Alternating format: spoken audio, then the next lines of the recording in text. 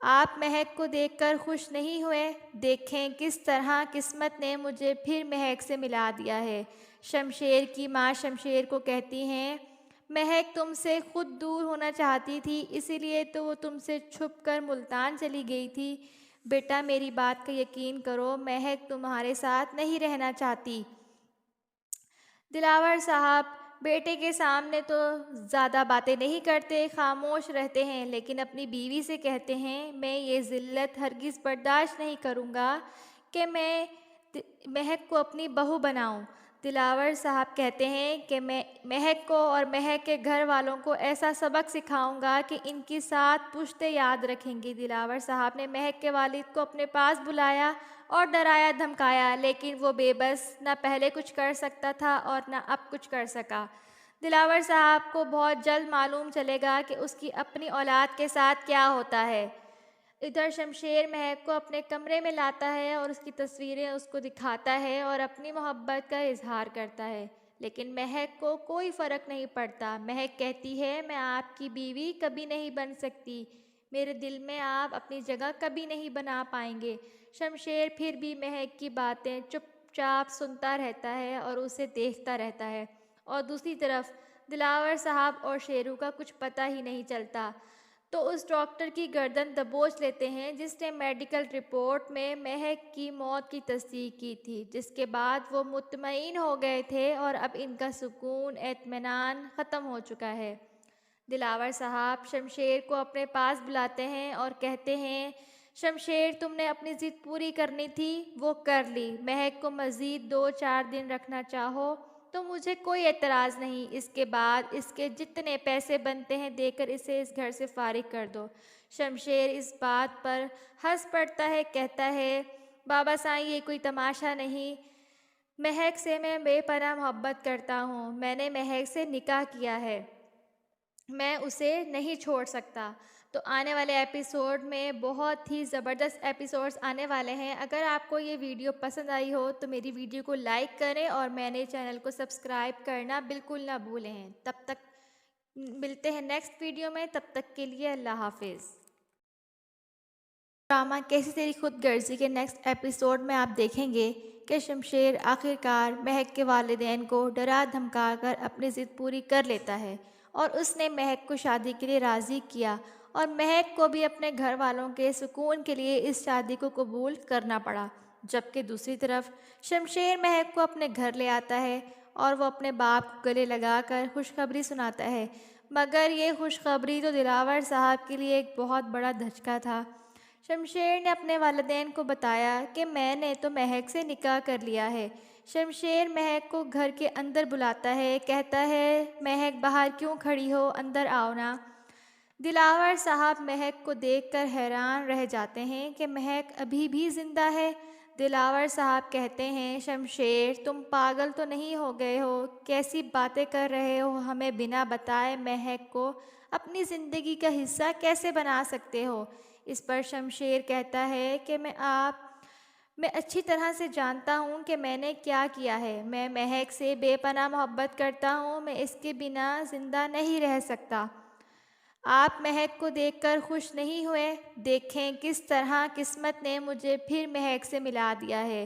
شمشیر کی ماں شمشیر کو کہتی ہیں، مہک تم سے خود دور ہونا چاہتی تھی، اسی لیے تو وہ تم سے چھپ کر ملتان چلی گئی تھی۔ بیٹا میری بات کا یقین کرو، مہک تمہارے ساتھ نہیں رہنا چاہتی۔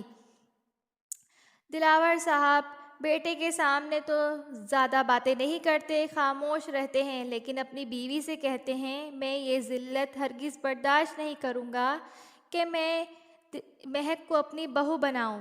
دلاور صاحب کہتے ہیں کہ میں مہک کو اور مہک کے گھر والوں کو ایسا سبق سکھاؤں گا کہ ان کی سات پشتیں یاد رکھیں گی۔ دلاور صاحب نے مہک کے والد کو اپنے پاس بلایا اور ڈرایا دھمکایا، لیکن وہ بے بس، نہ پہلے کچھ کر سکتا تھا اور نہ اب کچھ کر سکا۔ دلاور صاحب کو بہت جلد معلوم چلے گا کہ اس کی اپنی اولاد کے ساتھ کیا ہوتا ہے۔ ادھر شمشیر مہک کو اپنے کمرے میں لاتا ہے اور اس کی تصویریں اس کو دکھاتا ہے اور اپنی محبت کا اظہار کرتا ہے، لیکن مہک کو کوئی فرق نہیں پڑتا۔ مہک کہتی ہے، میں آپ کی بیوی کبھی نہیں بن سکتی، میرے دل میں آپ اپنی جگہ کبھی نہیں بنا پائیں گے۔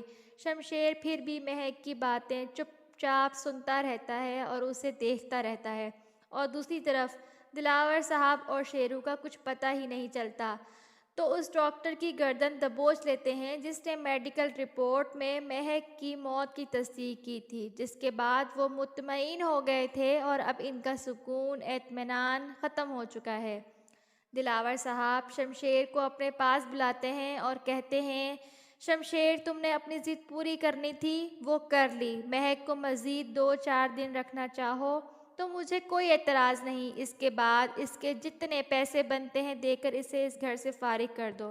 شمشیر اس بات پر ہنس پڑتا ہے، کہتا ہے، بابا سائیں یہ کوئی تماشا نہیں، مہک سے میں بے پناہ محبت کرتا ہوں، میں نے مہک سے نکاح کیا ہے، میں اسے نہیں چھوڑ سکتا۔ تو آنے والے ایپیسوڈ میں بہت ہی زبردست ایپیسوڈز آنے والے ہیں۔ اگر آپ کو یہ ویڈیو پسند آئی ہو تو میری ویڈیو کو لائک کریں اور میں نے چینل کو سبسکرائب کرنا بالکل نہ بھولیں۔ تب تک ملتے ہیں نیکسٹ ویڈیو میں، تب تک کے لیے اللہ حافظ۔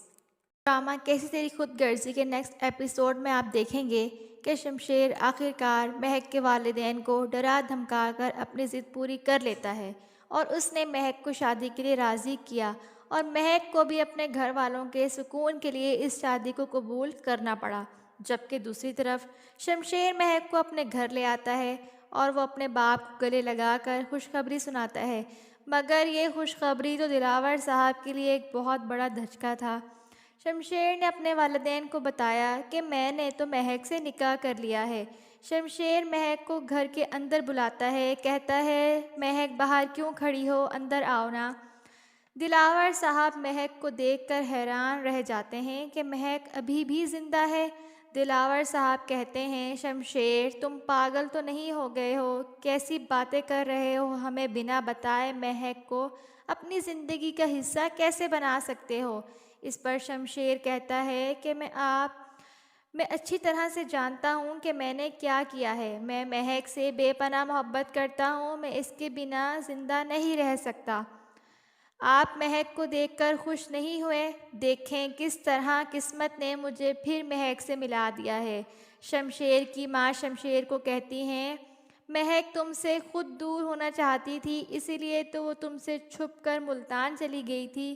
بیٹا میری بات کا یقین کرو، مہک تمہارے ساتھ نہیں رہنا چاہتی۔ دلاور صاحب بیٹے کے سامنے تو زیادہ باتیں نہیں کرتے، خاموش رہتے ہیں، لیکن اپنی بیوی سے کہتے ہیں، میں یہ ذلت ہرگز برداشت نہیں کروں گا کہ میں مہک کو اپنی بہو بناؤں۔ دلاور صاحب کہتے ہیں کہ میں مہک کو اور مہک کے گھر والوں کو ایسا سبق سکھاؤں گا کہ ان کی 7 پشتیں یاد رکھیں گی۔ دلاور صاحب نے مہک کے والد کو اپنے پاس بلایا اور ڈرایا دھمکایا، لیکن وہ بے بس، نہ پہلے کچھ کر سکتا تھا اور نہ اب کچھ کر سکا۔ دلاور صاحب کو بہت جلد معلوم چلے گا کہ اس کی اپنی اولاد کے ساتھ کیا ہوتا ہے۔